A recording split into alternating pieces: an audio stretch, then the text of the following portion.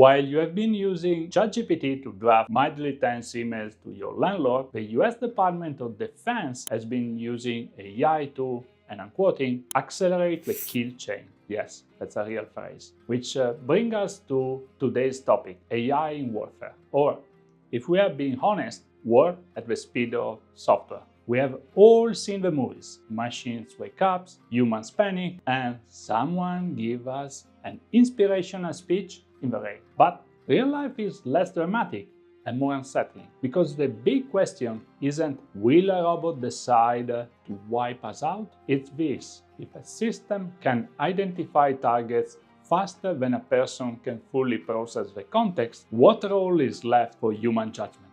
I'm Luca Berton. For the past 18 years, I've advised organizations on adopting technology responsibly. Let's talk about what this looks like in real life without the sci-fi filter. To understand the direction things are heading, you have to look at the conflict dynamics involving the US, Israel, and Iran. Because this isn't only missiles and defenses anymore. It's also a contest for decision dominance. Basically, who can decide faster? And in at least one reported operation, often described in terms of a very high operational tempo, there were claims of hundreds of strikes in a short window, with far fewer analysts needed than in earlier large-scale campaigns. If that's even roughly accurate, it signals something important: a shift from human-led analysis with computer assistance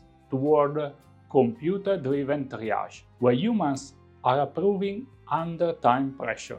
So, how does that happen? AI-enabled platforms can fuse satellite imagery, drone footage, and signal intelligence, then surface patterns and possible targets quickly. The system proposes options. Humans review. Decisions move fast. But multiple reports and public discussion suggest that modern AI, including large language models, has been explored for tasks like summarizing intelligence, drafting assessments, and running simulations. Important note: that does not automatically mean an AI shoots targets, but it can mean the AI is shaping what humans see first and what they might miss. Now, here's where it gets complicated. Different vendors set different safety boundaries. Some built in strong restrictions to reduce the chance the tool enables fully autonomous lethal use. Others emphasize broader flexibility as long as use is lawful and authorized.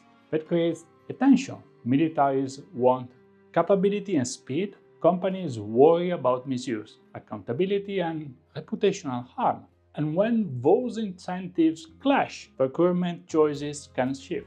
But the bigger concern isn't any single company, it's the pattern. Because we have already seen reporting about automated or semi-automated targeting tools be used in real conflicts. Tools that can score or rank people, places, or signals by likelihood or risk. One widely discussed example is a system reportedly called Lavender, described as more of a scoring database than a chatbot. Reports claim it helped prioritize suspected militants, while also raising serious concern about errors and oversight. This is where the real danger shows up: decision compression. The machine generates a recommendation in seconds. The human, who is supposed to provide meaningful human control, gets a tiny window to approve or reject. At that point, you are not a commander making a deliberate judgment. You are an approver reaching to a queue. And that's not just a technical problem, it's a moral and legal one. An AI system doesn't experience doubt. It doesn't understand context the way humans do. It doesn't carry the emotional weight of irreversible consequences. It outputs target matches criteria. confidence 92%. So, what are the guardrails? The US Department of Defense has published AI ethical principles: responsible, equitable, traceable, reliable, governable. Those are good words, but principles aren't the same as enforceable, transparent standards, especially across borders. What we actually need are systems that are explainable. If something is flagged, we should know why. We need auditability. Decisions and data paths should be reviewable after facts. We need accountability. No moral crumple zone where the system drives the choice, but a low-level human takes the blame because they were technically in the loop. Because if the pace of war is set by machines, human control can quietly become formality. War is one of the most human things we do, and one of our greatest failures. If we turn it into a black box workflow that humans can't question in time, we don't just make war more efficient, we make it easier to do, more often, and with less reflection. If you want more coverage on the real-world trade-offs behind emerging tech, follow me for more.